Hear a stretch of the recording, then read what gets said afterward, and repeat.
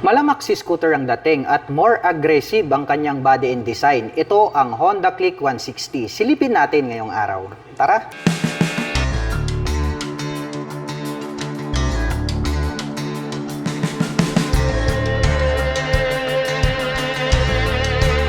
Honda Click 160, para pong maxi scooter yung kanyang dating dahil nga po ang lapad ng pagkakadisenyo nito pong kanyang muka. At talagang malupit yung dating nito pong kanyang full LED na headlight. At mayroon pa po itong mahabang split na daytime running light hanggang rito sa bandang itaas. At located naman po rito yung kanyang LED na turn signals. Combination po pala ng gray at glossy black. Ito pong kanyang front face cover. Ito pong kanyang visor is glossy black po siya. At ito pong kanyang handlebar cover, black tapos glossy black. At dito po sa middle, nagkaroon po siya dyan ng Honda decal. Silipin naman po natin ito pong kanyang side profile. Dahil ito po yung part na kung saan ay talagang napaka-bulky nito pong kanyang front face cover. Dito po pala sa bandang harapan, may nakalagay po rito na Click 160 in blue color. Habang dito naman po sa kanyang side profile, may nakalagay naman po rito na Honda 160 in white color. Tapos nagkaroon siya ng lining na blue. So yan po yung ating makikita na decal dito po sa kanilang Honda Click. At sharp po yung mga edges. Kaya kung inyong makikita, talagang matulis yung pagkakadesenyo nito pong kanyang front face cover. At talagang muscular dahil makikita natin dito na talagang nagkaroon siya ng mga muscle. At mapunta naman po tayo rito po sa kanyang front suspension. Ito po ay gumagamit ng traditional telescopic fork na black color. Itim din po ang kulay nito pong kanyang front fender. At napansin ko lang ito pong kanyang cast wheel is matte brown color po siya. At ito po ay gumagamit ng single rotor disc brake with single pot caliper na Tokico ang brand name. At ang sukat po ng kanyang gulong rito po sa bandang harapan, ito po ay mayroong sukat na 100 by 80-14. At ito po ay naka-tubeless na. Mapunta naman po tayo rito po sa kanyang digital meter panel display. Naka-fully digital meter panel display po ito. At dito po sa bandang itaas, ito po yung kanyang mga light indicators. At mayroon din po siya ritong 2-button selector.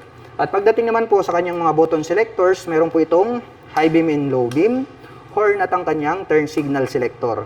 Habang dito naman po sa kabila, mayroon po itong auto stop start system at ang kanyang electric starter. Itim po ang kulay nito pong kanyang mga brake levers. At mayroon na rin po pala itong park brake lock. Pag-usapan naman po natin ang kanyang ignition. Ito po palang ating Honda Click 160 ay gumagamit na po ito ng smart keyless system para po rito sa kanyang ignition. Included na rin po rito yung kanyang set button. At meron po itong 2 front pocket. Dito po sa kaliwa, malalim po ito. At pwede po tayong maglagay rito ng coins, glove, etc. Habang dito naman po sa kabila, meron po siyang door na pwede nating buksan. And then pagbukas po natin, malalim din po ito at pwede po tayong maglagay rito ng mobile phones.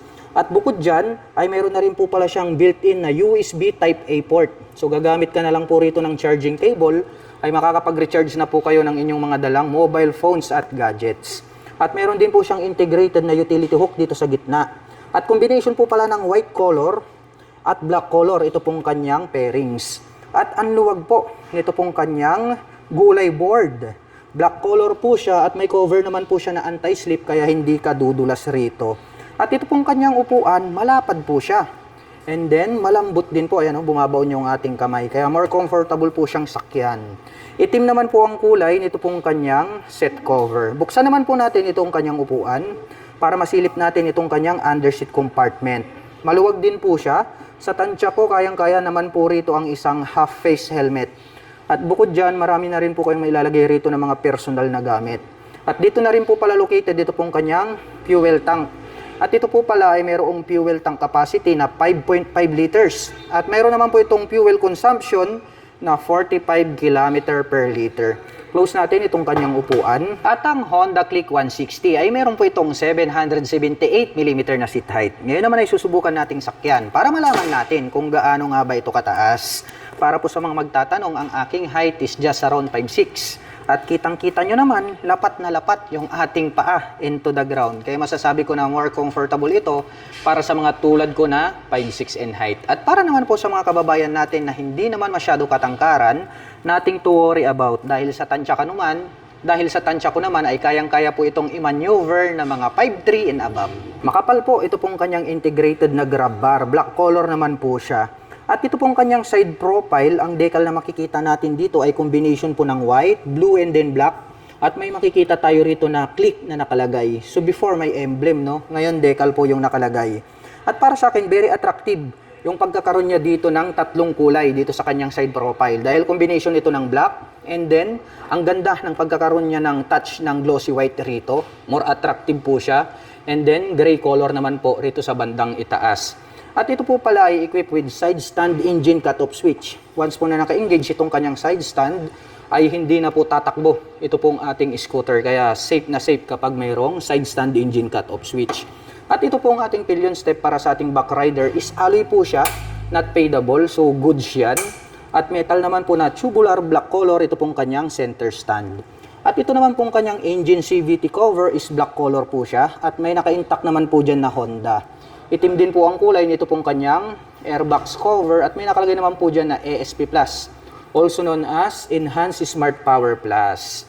At ito po pala ay gumagamit ng single shock absorber para po rito sa kanyang rear suspension. At ang kanya naman pong braking system dito sa likuran, gumagamit po ito ng mechanical trailing or yung tinatawag po nila na drum brake. At ito pong kanyang cast wheel is matte brown color. At ang sukat naman po ng kanyang gulong rito sa likuran, ito po ay mayroong sukat na 120 by 70-14. Ang lapad po nito pong kanyang likurang gulong. Silipin naman po natin itong kanyang taillight. Unique din po pala ng pagkakadesenyo nitong kanyang taillight. Naka full LED na rin po yan. At naka-pop up naman po rito sa bandang ibaba, ito pong kanyang mga LED na turn signals. Mayroon din po itong plate light at may light reflector dito sa gitna. May Honda na decal, white color dito sa bandang ibaba.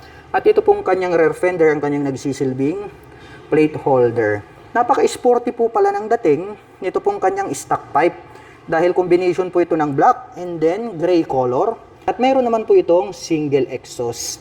At mayroon na din po pala siyang integrated na mudguard na kung saan ay protection naman para hindi po matalsikan ng putik or dumi yung other body parts nitong ating scooter.